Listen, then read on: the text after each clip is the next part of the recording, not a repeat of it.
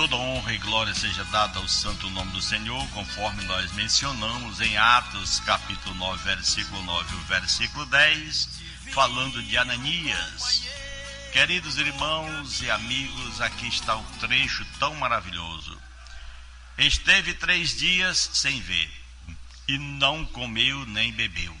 Havia em Damasco certo discípulo chamado Ananias, e disse-lhe o Senhor em visão: Ananias, respondeu ele, eis-me aqui, Senhor. Ordenou-lhe o Senhor: levanta-te, vai à rua chamada direita, e procura em casa de Judas um homem de Tarso chamado Saulo, pois eis que ele está orando. Aleluia, glória a Deus. Ele estava orando, o Senhor Jesus observando desde o momento do encontro. Ali ficou a atenção de Cristo para Saulo de Tarso. E Ananias foi chamado por Deus para que fosse enviado ao encontro de Saulo. Então nós damos muita atenção à conversão de Saulo de Tarso, mas damos pouca consideração para aquele que o ajudou a obedecer a Cristo, cujo nome é Ananias. Talvez pelo fato do livro de Atos não dá muita atenção a Ananias, é compreensível que nós também não demos. Afinal, foi Saulo que o Senhor queria converter, e foi Saulo que Deus pretendia que pregasse aos gentios. Apesar disso, há muitas boas lições a serem aprendidas deste personagem mais obscuro.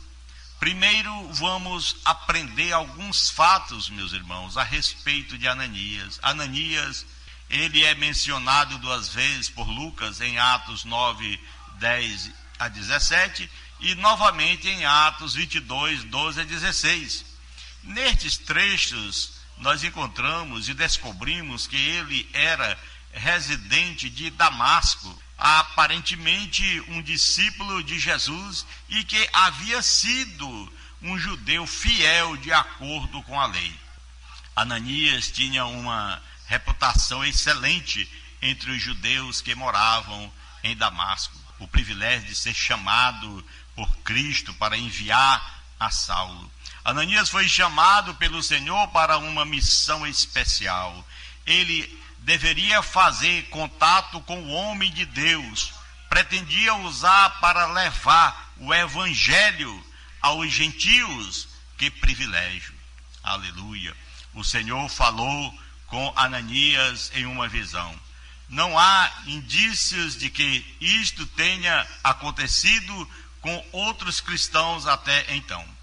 Encaixa-se muito bem na profecia de Joel, que havia dito: vossos jovens terão visões e sonharão vossos velhos. Atos 2,17.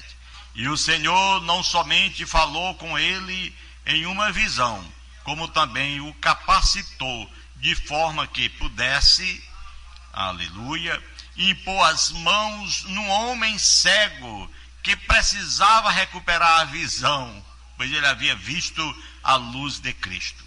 E a palavra de Deus nos diz que ela é muito mais forte que o sol quando resplandece. Então, sem dúvida, a Ananias foi dada não somente uma grande missão, como também um grande privilégio. Aleluia. A coragem de Ananias, este homem, e ao encontro de alguém que perseguia os crentes para matá-lo. Ser discípulo do Senhor nunca foi fácil. Conhecemos casos difíceis a seus servos. O homem a quem Ananias foi enviado era o oponente mais notório do cristianismo. Saulo de Tarso disse de si mesmo que havia sido um perseguidor, conforme 1 Timóteo 1,13. Ele mesmo declarou. E que perseguia este caminho até a morte. Atos 22:4, ele disse em um julgamento que estava tão demasiadamente enfurecido com os discípulos de Cristo, que muitas vezes obrigava-os até a blasfemar do Senhor, e que sem misericórdia os perseguia, mesmo por cidades estranhas, conforme Atos 26:11, até que Ananias ficou um pouco nervoso, disse: Senhor, esse homem... E o Senhor disse: vai, o que importa é que ele vai ter que aprender a sofrer pelo meu nome. Não era algo insignificante Ananias concordar em fazer a tarefa que disse-lhes havia Deus lhe dado. Ananias disse ao Senhor: de muito tenho ouvido a respeito desse homem, quantos males tem feito aos teus santos em Jerusalém, e para aqui trouxe autorização dos principais sacerdotes para prender a todos os que invocam o teu nome. Atos 9:13-14. Talvez até teriam nos simpatizados com ele caso tivesse pedido ao Senhor mandar outra pessoa.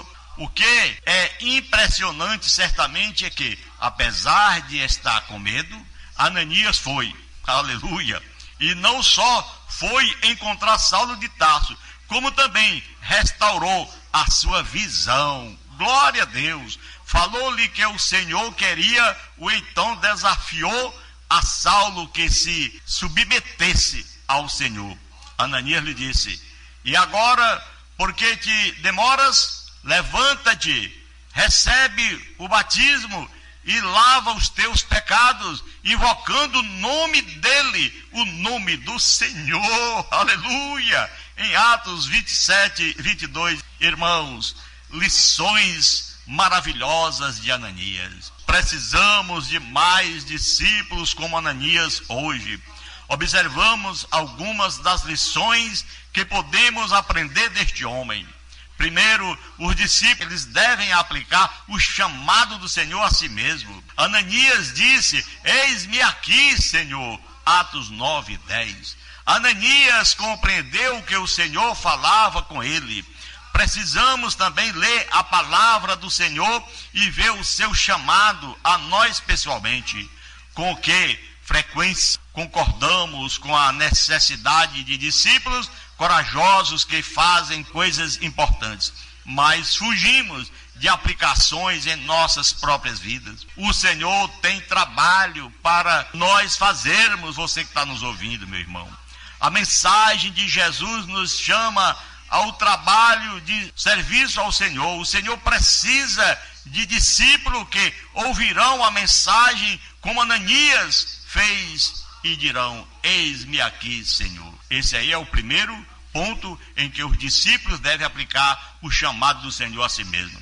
Segundo ponto, os discípulos devem ser corajosos, independentemente da tarefa. Há várias coisas que tendem a atrapalhar a nossa disposição de ensinar aos pedidos. A primeira, gostamos de ficar em lugares onde nos sentimos seguros e confortáveis, enquanto o Senhor, muitas vezes, colocaria os crentes em locais que os deixariam sem jeito. O Senhor depois enviou Saulo, chamado Paulo, a Corinto, e lhe deu uma tarefa também. Lhe disse: não temas, fala e não te cales. Atos 18 e versículo 9. O homem aprendeu com Ananias, o homem aprendeu pelo chamado do Senhor, obedeceu, agora parte para trabalhar. Com que frequência negamos o convite do Senhor, meus irmãos, lamentavelmente, porque o achamos perigoso demais. Oh Deus, tenha compaixão de nós, não é isso, meus irmãos? Estamos preocupados com a possibilidade de fracassarmos. O sucesso é apenas para as pessoas que aceitam o Evangelho. É verdade que o Senhor quer que todos sejam salvos e venham ao conhecimento da verdade, conforme Paulo disse na carta 1 Timóteo capítulo 2, versículo 4. Também é verdade que o Evangelho era para fechar os corações daqueles que se rebelam contra ele, o nosso Cristo.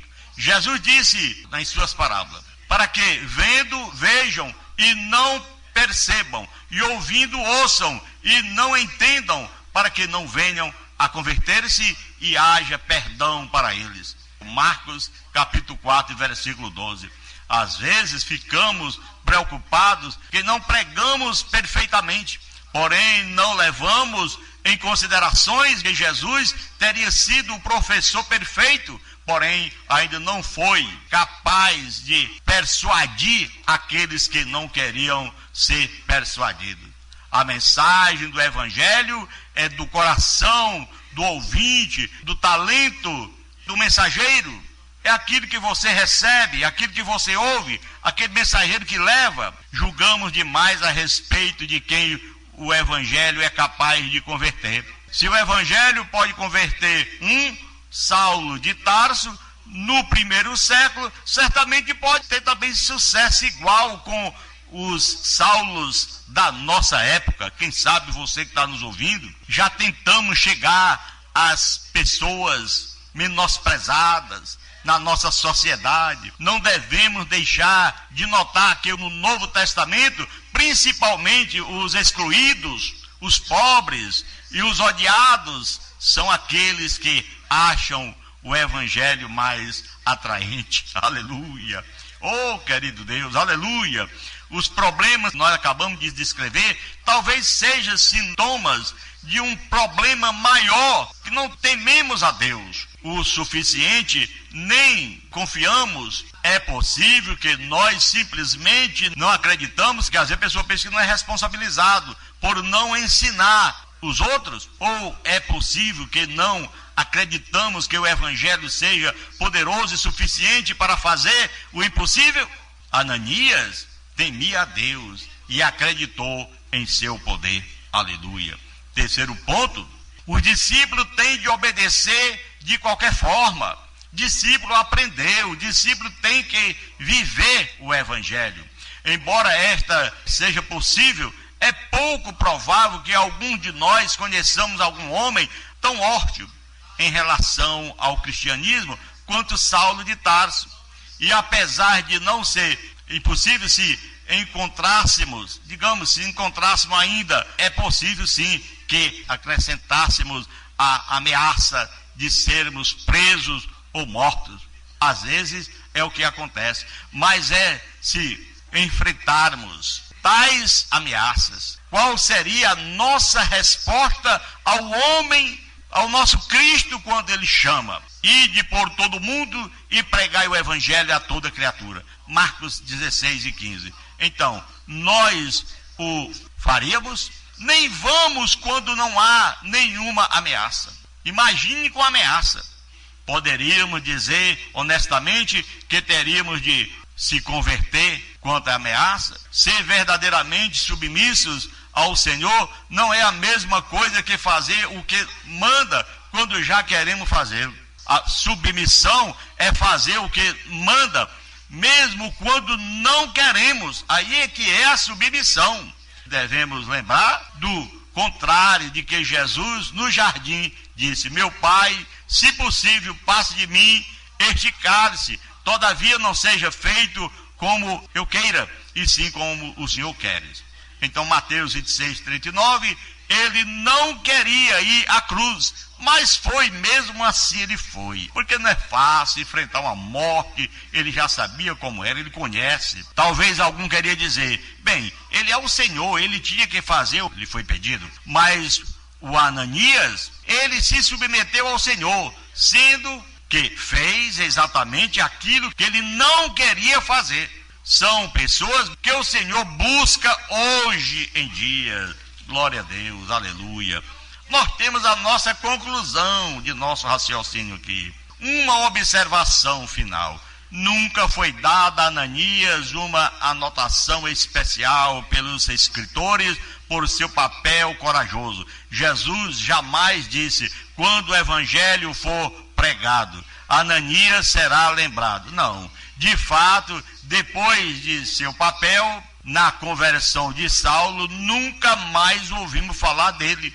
Na verdade, isso não é incomum. Deus não tem super-heróis a quem se dê tarefa extraordinária, enquanto os outros não têm um papel significante ao seu reino. O que dá significado a qualquer um de nós é que Deus, nosso Senhor, nos conhece e que Ele nos salvou pela sua graça.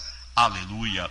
Uma vez que somos salvos, simplesmente nos juntamos às multidões de outros servos, de filhos de Deus que se entregaram para fazer a vontade do Mestre. O discípulo não é sobre proeminência nem glória. Há muitos como Ananias no reino de Deus. Os homens e mulheres que terão a oportunidade de glorificar a Deus na época e no lugar em que eles existem.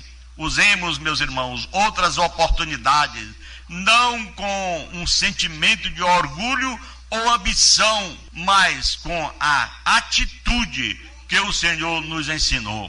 Assim também, vós, depois de haverdes feito quanto vos foi ordenado, dizei: somos servos inúteis, porque fizemos apenas o que deveríamos fazer. Lucas 17:10. É isso que nós temos que ter em nosso coração.